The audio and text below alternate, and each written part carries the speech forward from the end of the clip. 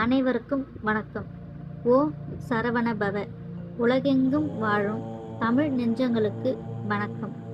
தீமையை அழித்து நன்மையை காக்க சிவபெருமானின் நெற்றிக் கண்ணிலிருந்து உருவான பேரொளிதான் நம் தமிழ் கடவுள் முருகன். அந்த முருகனின் முழு வரலாற்றையும் கூறும் கந்த புராணத்தின் முக்கிய நிகழ்வுகளை இன்று நாம் காண்போம். அசுரர்களின் ஆதிக்கம். சூரபத்மன், தாரகாசூரன், சிங்கமுகன் ஆகிய 3 அசுர சகோதரர்கள் பிரம்மாவை நோக்கி கடும் தவம் புரிந்தனர். சிவபெருமானின் அம்சத்தை தவிர வேறு யாராலும் தங்களுக்கு அழிவு வரக்கூடாது என்ற வரத்தை பெற்றனர். வரத்தின் கர்வத்தால் தேவர்களையும் முனிவர்களையும் துன்புறுத்த தொடங்கினர். அசுரர்களின் கொடுமை தாங்காமல் தேவர்கள் அனைவரும் சிவபெருமானின் தஞ்சம் புகுந்தனர். 6 பொறிகள் முருகன் அவதாரம். தேவர்களின் துயர் துடைக்க சிவபெருமான் திருவுளம் கொண்டார். தனது 5 முகங்களோடு 6வது முகமான அதோ முகமும் இணைந்து சிவபெருமானின் நெற்றிக் கண்ணிலிருந்து 6 தீப்பிழம்புகள் தோன்றின. அந்த பேரொளியை தாங்க முடியாமல் அக்னி தேவனும் வாயு தேவனும் அதை சரவண பொய்கையில் சேர்த்தனர். அங்கு அந்த 6 பொறிகளும் 6 அழகான குழந்தைகளாக மாறின. கார்த்திகை பெண்கள். சரவண பொய்கையில் மலர்ந்திருந்த தாமரை மலர்களில் தவழ்ந்த அந்த 6 குழந்தைகளையும் கார்த்திகை பெண்கள் 6 எடுத்து வளர்த்தனர்.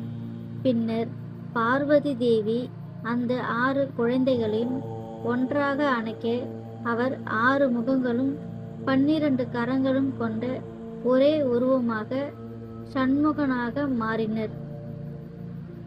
ஞானவேல் பெறுதல். முருக பெருமான் வளர்ந்து வீரனாக திகழ்ந்த பொழுது அசுரர்களை அழிக்க புறப்பட்டார். அப்பொழுது அன்னை பார்வதி தேவி தனது சக்தியின் அம்சமான வெற்றி வேலை முருகனிடம் வழங்கினார்.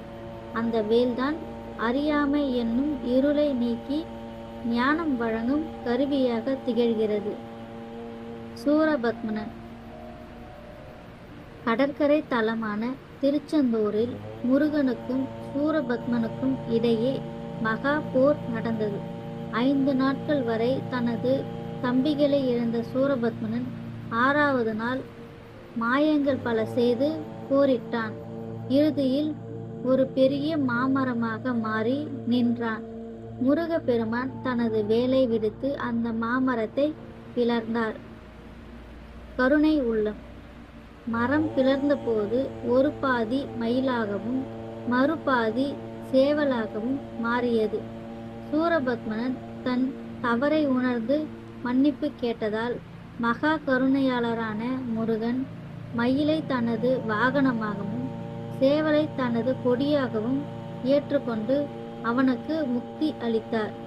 கந்த புராணம் வெறும் கதை மட்டுமல்ல, நமக்குள் இருக்கும் அசுர குணங்களான கோபம், பொறாமை, ஆணவம் ஆகியவற்றை அழித்து ஞானத்தை பெற வேண்டும் என்ற தத்துவத்தை இது உணர்த்துகிறது. நாளை கந்த சஷ்டி அல்லது ஒரு விசேஷ நாளில் கந்த புராணத்தை படிப்பது நம் வாழ்வில் வெற்றியை தரும். இதுபோல இன்னும் ஆன்மீக தகவல்களுக்கு புதிய தளிர் ஒளிர்கள் சேனலை சப்ஸ்கிரைப் பண்ணி கமெண்ட் பாக்ஸில் ஓ முருகான் டைப் பண்ணுங்க அல்லது கந்த புராணம் டைப் பண்ணுங்க. லைக் பண்ணிக்கோ.